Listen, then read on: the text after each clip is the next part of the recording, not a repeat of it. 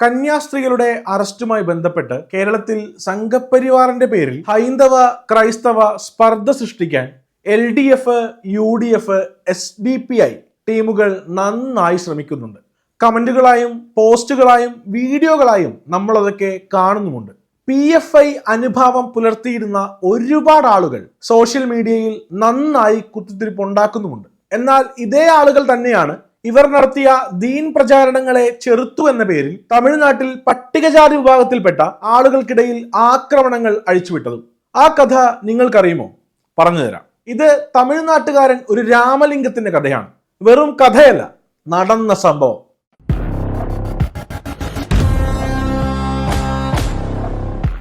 തഞ്ചാവൂർ ജില്ലയിലെ ത്രിഭുവനം എന്ന ചെറുപട്ടണത്തിലെ ഒരു ചെറിയ കാറ്ററിംഗ് ബിസിനസ് നടത്തി വന്നിരുന്ന ആളായിരുന്നു രാമലിംഗം.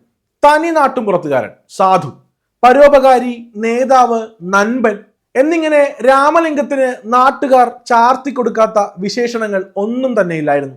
ഭാര്യ ചിത്രയും 3 ആൺമക്കളും അടങ്ങുന്ന ത്രിഭുവനത്തിലെ ആ കൊച്ചു വീടായിരുന്നു രാമലിംഗത്തിന്റെ സ്വർഗം.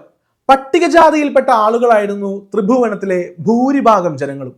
ഒരു ദിവസം സുഹൃത്തിനൊപ്പം വീട്ടിലേക്ക് നടക്കുകയായിരുന്ന രാമലിംഗം പതിവില്ലാതെ ഊരിൽ ഒരു ആൾക്കൂട്ടം കണ്ടു. തലയിൽ തൊപ്പിയും നീളൻ താടിയും ഇറക്കം കുറഞ്ഞ കീഴ്ക്കുപ്പായവും ധരിച്ച് പരിചയമില്ലാത്ത കുറച്ചധികം ആളുകൾ അവിടെ കൂടി നിൽക്കുന്നു. കൂടി നിൽക്കുന്നവരുടെ കയ്യിലുള്ള ലഘുലേഖ കണ്ടപ്പോഴാണ് ഇവർ മതപ്രചാരണത്തിനെത്തിയതാണ് എന്ന് മനസ്സിലാവുന്നത്. ഞങ്ങൾ നാട്ടുമക്കൾക്ക് ഇസ്ലാമിനെ പരിചയപ്പെടുത്താൻ ഇറങ്ങിയതാണ് എന്ന് പറഞ്ഞാണ് അവർ തുടങ്ങിയത്. ഒന്നുകൂടെ അവരെ അഭിവാദ്യം ചെയ്ത് രാമലിംഗം അവിടെ ഇരുന്നവരോടായി കാര്യങ്ങൾ ചോദിക്കാൻ തുടങ്ങി. ഇവർ മതപരിവർത്തനത്തിനായി എത്തിയതാണെന്ന് അയൽവാസികൾ പറഞ്ഞു. സാമൂഹികമായും സാമ്പത്തികമായും പുരോഗതി ഉണ്ടാക്കി തരാമെന്ന് വാഗ്ദാനം നൽകിയതായും അറിയിച്ചു. അധികം പ്രായമാകും മുൻപേ പെൺമക്കളെ കെട്ടിച്ചു വിടാനും സഹായിക്കാമെന്നറിയിച്ചത് രാമലിംഗത്തിന് തന്നെ ഒരു ബന്ധുവായിരുന്നു. കാറ്റുവീശി വിള നശിച്ച സമയമാണ്. ഗ്രാമവാസികൾ സാമ്പത്തികമായി ദുരിതത്തിലും. ഈ അവസരത്തിൽ അവരെ വൈകാരികമായി ചൂഷണം ചെയ്യുന്നത് ശരിയല്ല. ഇത്തരം ഭൗതിക വാഗ്ദാനങ്ങൾ നൽകിയല്ല മതം മാറ്റേണ്ടത്. പകരം അതിന്റെ നന്മയും സൗന്ദര്യവും തിരിച്ചറിഞ്ഞാണ് അവരെത്തേണ്ടത് എന്ന് രാമലിംഗം പറഞ്ഞു.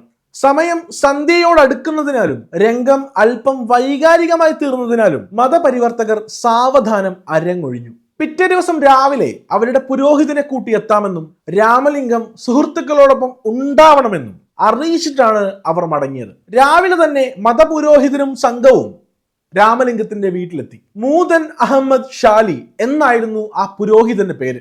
അന്ന് അവിടെ എത്തിയ ദവാ ടീമിന്റെ തലവൻ ഇദ്ദേഹമായിരുന്നു. ഇസ്ലാമിക് തൗഹീദിനെ പറ്റിയും ഇഷ്ടമതം സ്വീകരിക്കാനുള്ള ഭരണഘടനാ സ്വാതന്ത്ര്യത്തെ പറ്റിയുമൊക്കെ ആ വയോധികൻ സംസാരിച്ചു.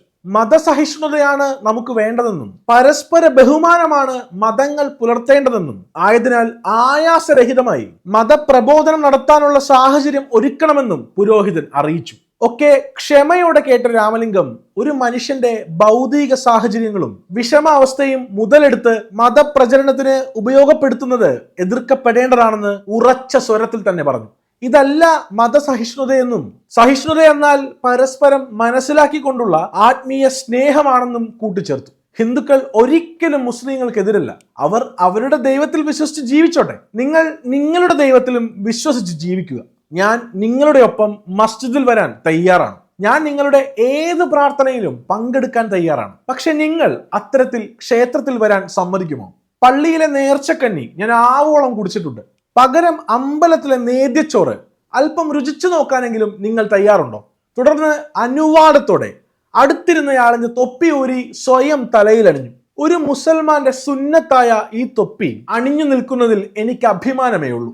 പക്ഷേ ഇവിടെ ഇരിക്കുന്ന ഭസ്മത്താളത്തിലെ വിഭൂതി ഒരു സെക്കൻഡ് നേരത്തേക്ക് മുസ്ലിം സഹോദരങ്ങൾക്ക് നെറ്റിയിൽ അണിയാൻ സാധിക്കുമോ? ഇതും പറഞ്ഞ് രാമലിംഗം ഭസ്മത്താളത്തിൽ കൈമുക്കി അടുത്തിരുന്നയാളുടെ നെറ്റിയിൽ ചാർത്തി. ഭയന്ന് വിറച്ച് അയാൾ മറിഞ്ഞു വീണു. കൂടെ ഇരുന്നവർ ഓടി മാറി. രംഗം പ്രക്ഷുബ്ധമായി. സഭ അലങ്കോലപ്പെട്ടു. കാഴ്ചക്കാരായി നിന്ന നാട്ടുകാർ പരിഹസിക്കുകയും ഇവരുടെ അസഹിഷ്ണുതയെ വിമർശിക്കുകയും ചെയ്തു. നടന്ന സംഭവങ്ങളൊക്കെയും നാട്ടുകാർ വീഡിയോ എടുത്തിട്ടുണ്ടായിരുന്നു. ഉച്ചയോടുകൂടി തമിഴ്നാട് മുഴുവനും ഇത് വൈറലായി. രാമലിംഗത്തിന്റെ നിലപാടിനെ തമിഴ് ജനത ജാതി മത ഭേദമന്യേ ഒന്നടങ്കം വാഴ്ത്തിപ്പാടി. അപ്പുറത്ത് നടു റോഡിൽ ഉടുമുണ്ടഴിഞ്ഞു പോയ അവസ്ഥയായി PFIക്കാർക്ക്. പിറ്റേന്ന് വൈകിട്ട് രാമലിംഗവും മൂത്ത മകനും കൂടി മോട്ടോർ സൈക്കിളിന്റെ ഹെഡ്ലൈറ്റ് ശരിയാക്കാൻ പോയിട്ട് വരികയായിരുന്നു. അപ്പ മുന്നിലിരുന്ന് എന്തൊക്കെയോ തമാശകൾ പറയുന്നുണ്ട്. പൊടിമീശക്കാരൻ പയ്യൻ അത് കേട്ട് കുടുകുടുവെന്ന് ചിരിക്കുന്നുമുണ്ട്. നേരം സന്ധ്യയോട് അടുത്തു തുടങ്ങിയിരിക്കുന്നു. വീട്ടിലേക്ക് എത്താൻ കുറച്ചു ദൂരം കൂടിയുണ്ട്. പെട്ടെന്ന് അപ്രതീക്ഷിതമായ ഒരു കാറ് അവരുടെ മുഖാമുഖം വന്ന് നിർത്തി. തത്സമയം തന്നെ 2 ബൈക്കിലായി 4 പേർ പിന്നിലെത്തുകയും ചെയ്തു.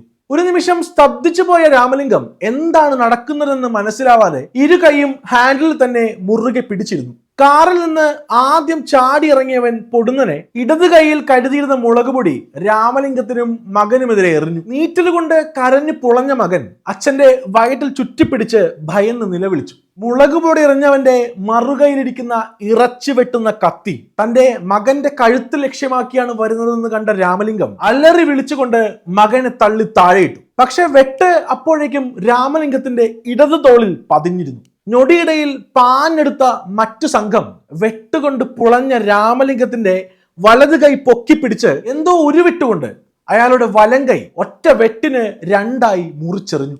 സ്വന്തം പ്രവർത്തകന്റെ തിരുനെറ്റിക്ക് വിഭൂതി ചാർത്താൻ നോക്കിയതിന് തീവ്രവാദികളുടെ വക പ്രഥമ ശിക്ഷ.